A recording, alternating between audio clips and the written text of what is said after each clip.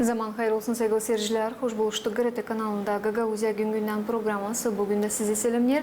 Stüdyada işlerim ben Alona Terzi. Misafirimiz Şansora stüdyamızda bulunur. Hem teklif etmeye bugün hepsinizi bizimle birlikte olasınız. Halis onlar kimin uşakları hem o öğrenciler angları bu yıl başardılar. Şkolaları, okulları onlara da teklif ederim. Bugünkü programı mutlaka seyretsinler. Hem bizimle birlikte bugün de olsunlar. Biz şimdi stüdyamızda bir iki kapıma ayrılırız. Döndüğünden geri stüdyamıza ben tanıştıracağım sizi. Bizim bugünkü programının misafirinden hem anlatacağım size bugünkü programının temasının önemini. Kalın bizimle.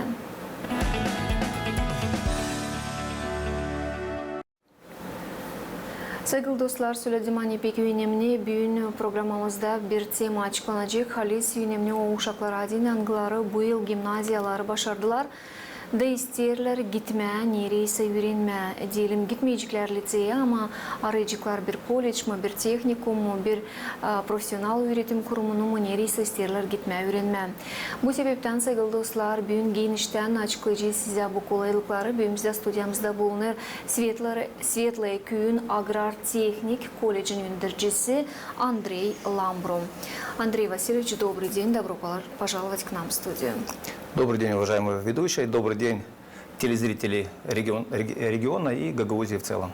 Андрей Васильевич, я на гагаузском языке сначала отметила, что у нас сегодняшняя программа, чтобы сегодняшнюю программу не пропустили выпускники гимназии, потому что многие дети сегодня стоят перед выбором, какую профессию выбрать, куда идти, изучают какие-то колледжи, техникумы, может, какие-то профессионально-технические образовательные учреждения, поэтому я думаю, что все эти выпускники гимназии, которые думают, вернее, не думают идти в лицей, для них данная программа будет полезной, и они возьмут для себя хорошую информацию с нашей сегодняшней беседы. Итак, Андрей Васильевич, немножко поговорим о выпускниках этого учебного года. Сколько выпускников окончили аграрно-технический колледж Светлое в этом году и по каким специальностям? В этом году у нас закончились 130 выпускников по следующим специальностям. Это бухгалтерский учет, техническая эксплуатация автомобильного транспорта, сельскохозяйственная механика, электрификация сельского хозяйства и агрономия. Если взять в целом, у нас показатели неплохие по республике, по нашему колледжу. Средняя оценка по каждой специальности, могу даже озвучить, я подготовился. Электрификация сельского хозяйства, средний балл у выпускников 7,8. Сельскохозяйственная механика 7,6. Техническая эксплуатация автомобильного транспорта 7,7. Самый высокий балл у агрономии это 8,42. И бухгалтерский учет 7,35. То есть это положительно, это хорошие оценки, но это я беру в среднем, потому что есть оценки 8,6. Такая оценка есть и 9,2, но есть оценки 6,9, из которых сложится общий результат 7,6. Какая специальность сегодня наиболее востребована в аграрно-техническом колледже? Смотрите, у нас нет такого наиболее востребованного. Все дети хотят получить сегодня путевку в жизнь, путевку в будущее. И приходя к нам, в наш колледж, многие не получают диплом, а многие получают уверенность в завтрашнем дне. У нас по всем специальностям, как правило, всегда имеется набор, но наиболее востребованные специальности – это электрификация сельского хозяйства, техническая эксплуатация автомобильного транспорта, бухгалтерский учет, за ним спускается сельскохозяйственная механика и агрономия. Что касается агрономии, уже второй год мы эту специальность в корне изменили, она называется технология и цифровизация сельского хозяйства. Это выбрано неспроста, поскольку сегодня мы не можем смотреть, как было когда-то. Сегодня агроном – это у нас специалист, обладающий информационными технологиями, у которого под рукой дрон, у которого различные виды датчиков, сенсоры, с помощью которых он может определять, не выходя, конечно, из своего офиса, насколько хорошо растет та или иная культура и что необходимо предпринять, чтобы улучшить производительность урожая. В любом случае, агроном, если агроном, он должен выезжать в поле, смотреть, щупать, как растет зерно, как растет другая культура. Но в целом Это человек, который сегодня на «ты» разговаривает с информационными технологиями. Поэтому мы поменяли эту специальность уже по-новому. Имеется ли все необходимое техническое оборудование для того, чтобы на должном уровне дать эту специальность вашим студентам, потому что цифровые технологии, те же самые дроны, они очень быстро развиваются, и буквально каждый день что-то новое, что-то меняется. И у вас такая возможность есть сегодня? Главная наша задача нашего колледжа, чтобы ожидания детей, учеников, совпали с возможностями нашего колледжа. Для этого мы ежегодно приобретаем по мере необходимости то современное оборудование, и мы больше вкладываем свои средства именно в специальности сельского хозяйства. Это агрономия, цифровизация сельского хозяйства. У нас недостаточное количество, но у нас 5 учебных дронов и 5 дронов для мультиспектрального анализа. Мы их выиграли в качестве проекта. Эти дроны в прошлом году ученики Тираспольского колледжа и нашего колледжа прошли обучение. Они сегодня могут смело пилотировать дрон. С помощью дрона они задают программу. То есть это все интересно, это все они могут. Более того, у нас сельхозмеханика, имеется специальное оборудование, которое также управляется с помощью мобильных телефонов. Это те же опрыскиватели. Пока мы начинаем с опрыскивателей, но у нас в перспективе другие современные информационные технологии, которые облегчат жизнь как механику, так и агроному в целом. Вот эти 130 выпускников, которые в этом году получили дипломы, есть ли куда им трудоустроиться, где работать, или большинство из них будут продолжать учебу и дальше? Хочу вам сказать, что многие выпускники, они, начиная с 3-го курса, мечтают о собственном бизнесе, мечтают о собственном деле. И мечтать это одно, но наши преподаватели, в частности и директор колледжа, настраивают их на том, чтобы они не ходили устраиваться кому-то на работу, а создавали рабочие места сами. У нас, не хочу сказать много, но у нас в каждой специальности практически 2-3 человека уже имеют свое личное дело. Но для того, чтобы их дело процветало, конечно же, они параллельно будут учиться в высших учебных заведениях, потому что сегодня ни один грант, ни одна субсидия, ни одно финансовое вливание со стороны государства не происходит без наличия определенного диплома, без наличия квалификации в этой области. Дети об этом знают, и они уверенно стремятся к тому, чтобы открывать свои места и заниматься своим выбранным делом. Андрей Васильевич, коль мы говорим уже о том, что многие дети предпочитают и идут дальше, обучаются, я бы хотела, чтобы мы немножечко поговорили и затронули и эту сторону. Как дальше происходит их обучение? Потому что все мы знаем, что большинство высших учебных заведений Республики Молдова принимают абитуриентов на базе диплома бакалавра. Имеют ли возможность студенты, которые обучаются у вас, сдавать бакалавр?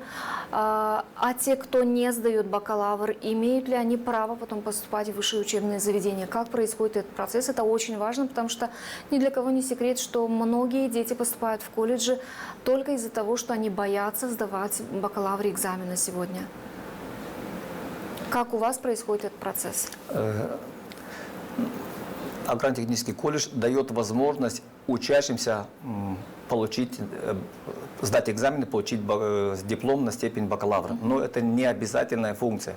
То есть это нужно тем ученикам, которые решили, что специальность, выбранная в колледже, не соответствует их ожиданиям. То есть они хотят в корне изменить свое направление.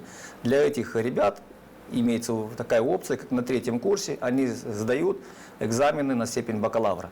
Все остальные, которые не желают сдавать экзамен, они по окончанию нашего колледжа получают дипломы европейского образца, на одной страничке на румынском языке, на другом на английском языке.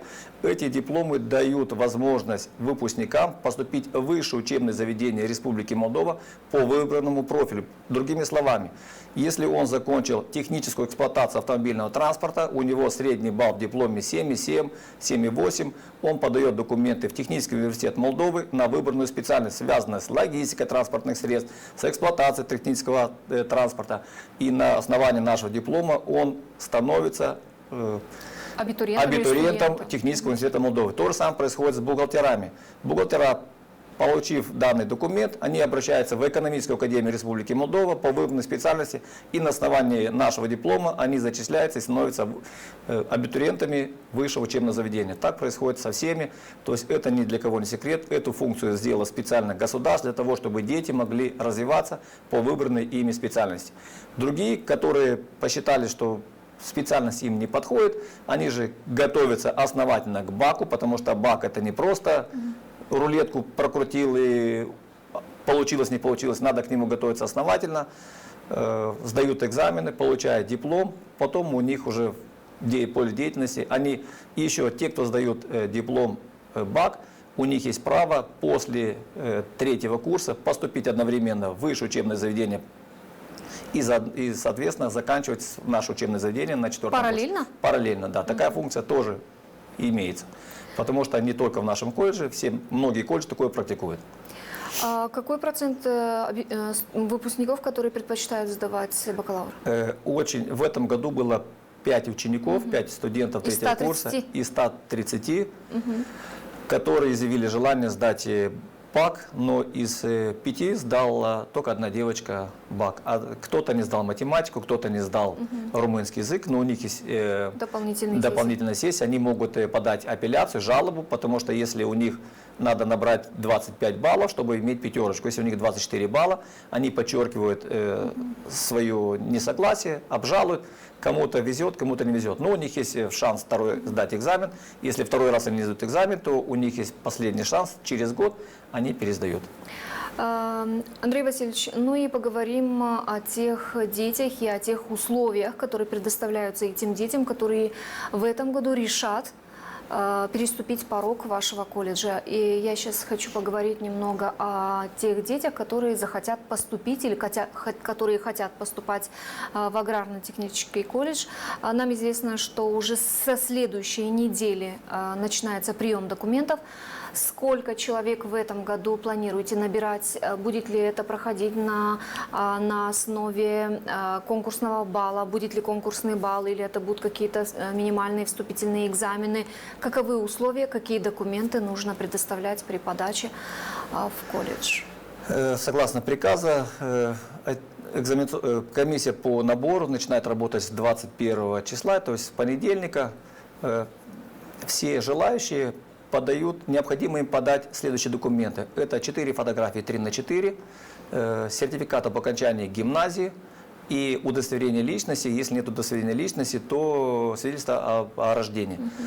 И обязательно один из документов родителей, потому что родители пока несовершеннолетние, мы с ними поддерживаем постоянно контакты. Это минимальный набор. В этом году новшество, медицинская справка не нужна. Все желающие поступить в наш колледж, они проходят на конкурсной основе. Никаких экзаменов они не сдают. То есть автоматически собирается личное дело каждого ученика. Личное дело забивается в базу данных СИМИ, об этом все знают, она и в школе существует. И автоматическая система сама уже регулирует отсчет, у кого лучший балл, тот попадает в верхнюю стадию. У кого меньше балл, тот, конечно же, если не проходит, он переходит на контрактную основу.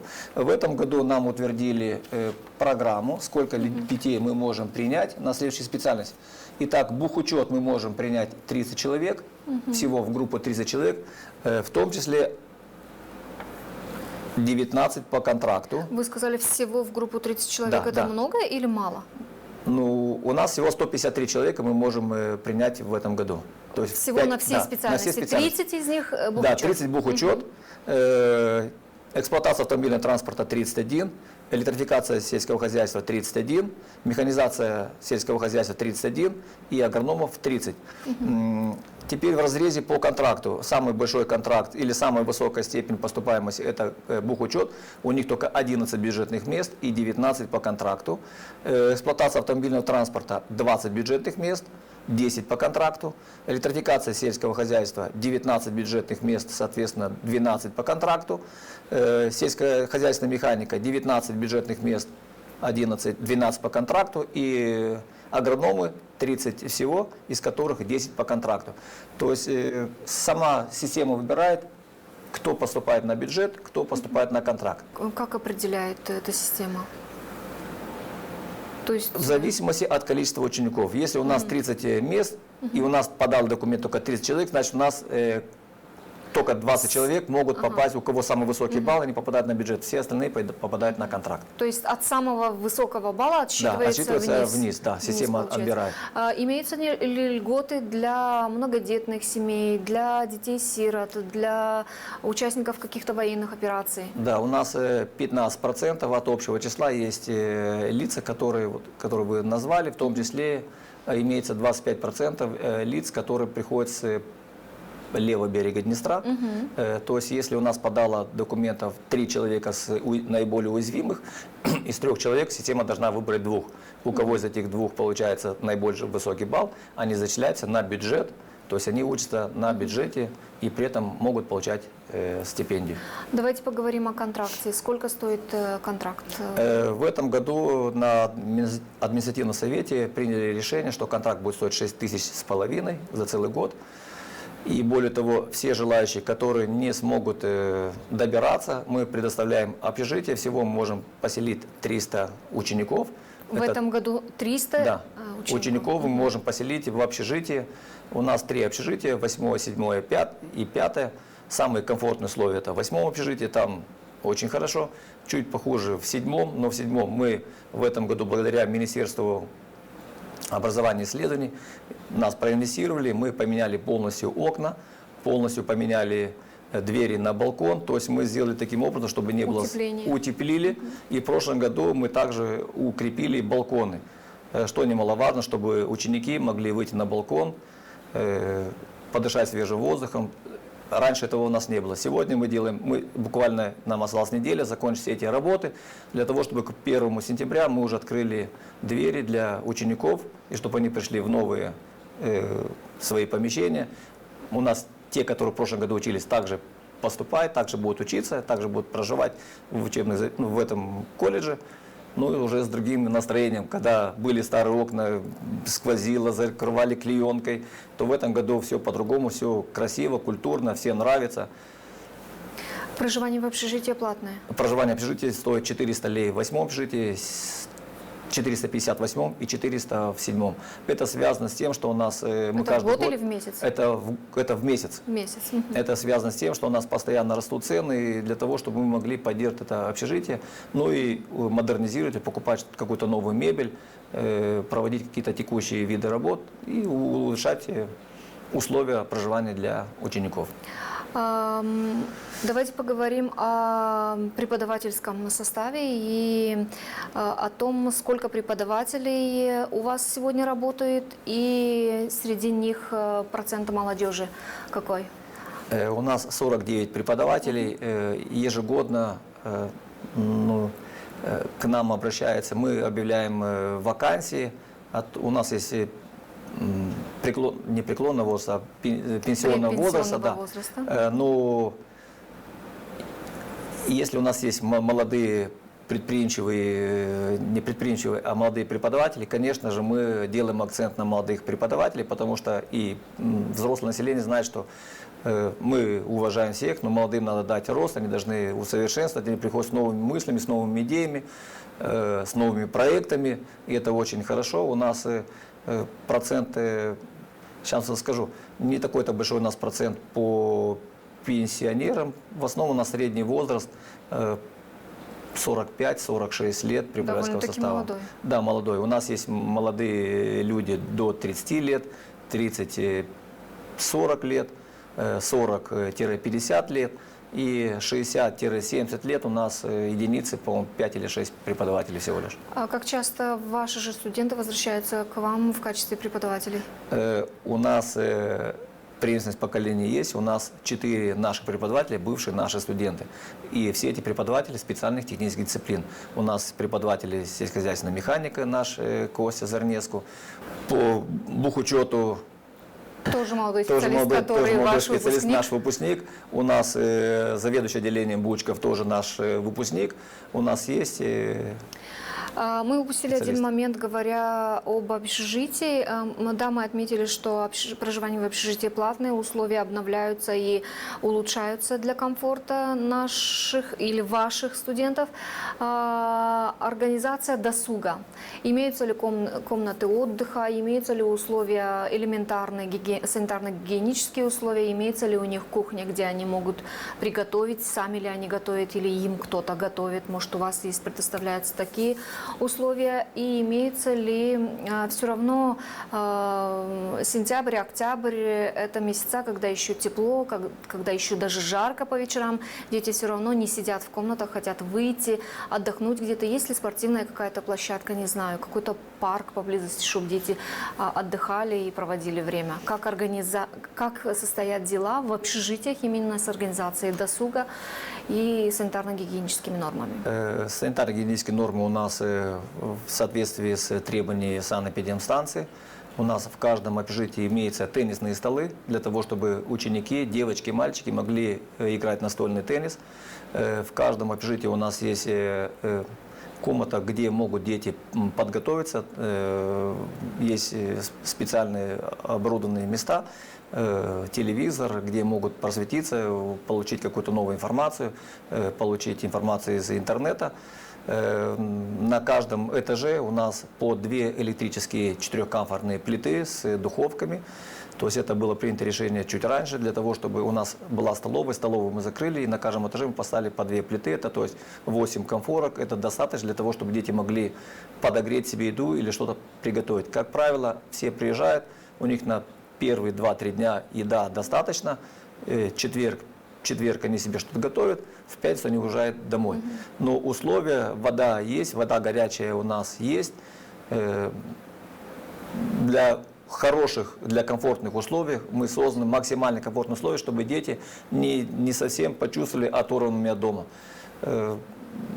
Мне как директору это немаловажно. Я часто хожу в общежитие, спрашиваю, насколько они довольны условиями проживания. Никогда не слышал, что что-то не так. Одно замечание, когда нам поменяют окна, потому что холодно зимой. И вот наконец-то мы добились, нам это все сделали.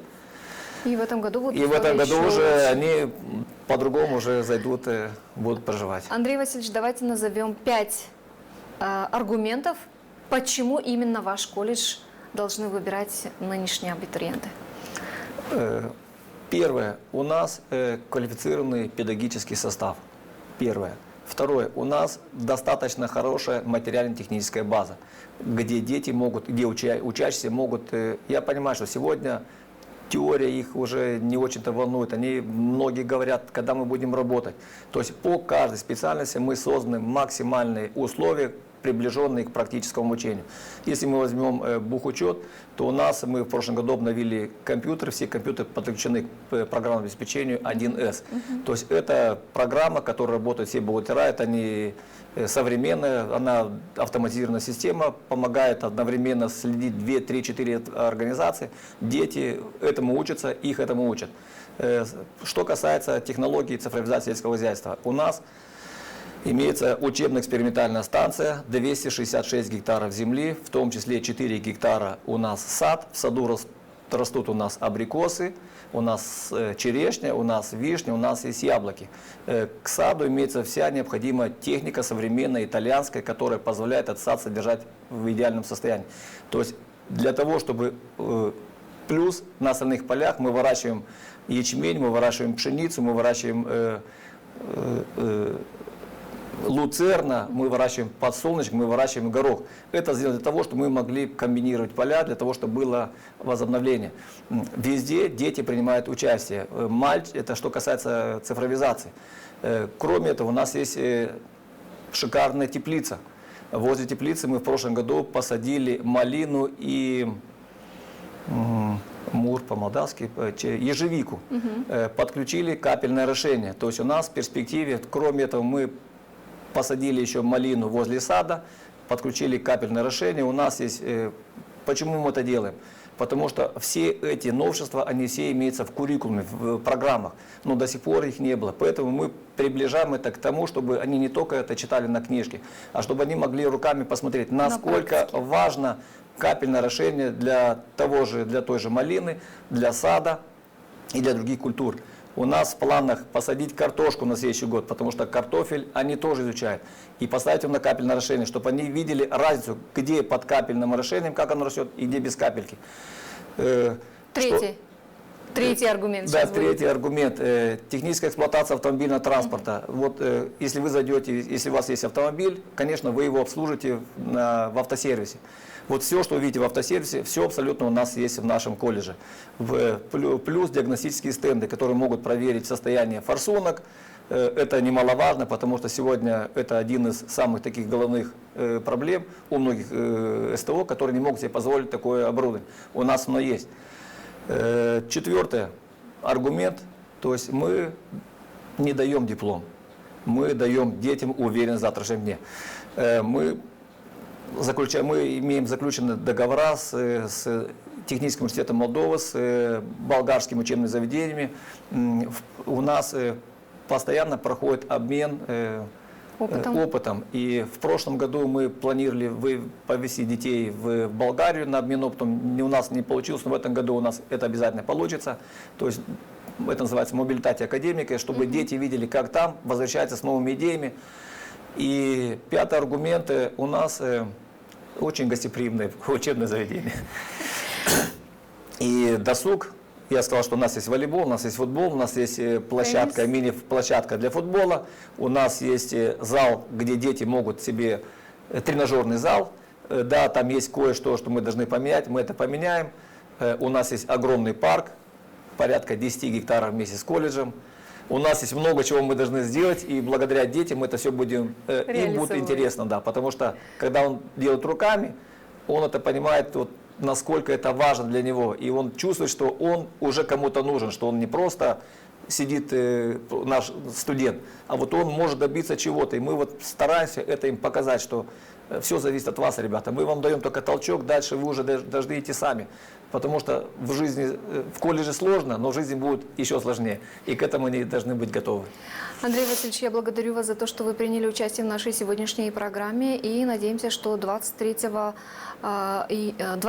июля двери вашего колледжа откроют наши абитуриенты и изъявят желание поступить, потому что то, как вы рассказали сейчас эти 5 аргументов, я думаю, что они заинтересуют наших читателей. Может, кто-то посмотрит программу в интернете, а может, кто-то и в эфире. Андрей Васильевич, еще один момент мы упустили. Могут ли дети подавать документы онлайн? Или у вас нету такой возможности? Такая функция есть, но по идее, да, можно. Но, как правило, многие с региона приезжают физически и подают. Но такая функция, конечно, существует, потому что в университетах она имеется. Но на данном этапе лучше, конечно, физическая подача, но у кого нет возможности, можно, конечно, зайти на выезде, может, кого-то не будет до конца лета. На платформу, да, можно зайти, на платформе это можно оставить. И еще у нас в этом году, что касается граждан соседней страны, Украины, они также могут подавать документы в наше учебное заведение. И если один из родителей является гражданином Республики Молдова, соответственно, ребенок также может претендовать на то, что будет на бюджетной основе. Если такого нет, то он подает документы и зачисляется в наш колледж по конкурсной основе, на контрактной основе. То есть это в этом году мы также можем принимать и не только Украину, можно и с Румынии. С Румынией, конечно, будет немножко сложнее, поскольку у нас не совсем еще достаточное количество румыноговорящих преподавателей. Но мы к этому потихонечку подходим. Еще раз благодарю вас, Андрей Васильевич. Saygılı seyirciler, tebrik ederim. Getiririm. Bugün stüdyomuzda misafir gibi bulundu. Svetlaya Köyü Agrar Texnik Kolleджinin öğrencisi Andrey Lambro. Hem isterim söylemeye, tebrik tekrarlamaya, Eylül ayın 21'inden kolejin kapıları açılırlar. Hepsine değini kim ister gelmeye, öğrenmeye bu kurumda. koşulları hem kolaylıkları bugün Andrei Vasilievich açıkladı programımızda. Onuştan buyurun gelin hem kabul edin kendi zanaatınızı hem kabul edin yaşamaya yolun. Cüsülede bizim misafirimiz biz vermiyoruz çocuklara diplomamı açırsınlara yaşamaya yol. Sağ ol derim size saygılı dostlar. Hani bizimle birlikteydiniz. Kalın sağlıcakla. Gelen buluşmak aradan KRT kanalında.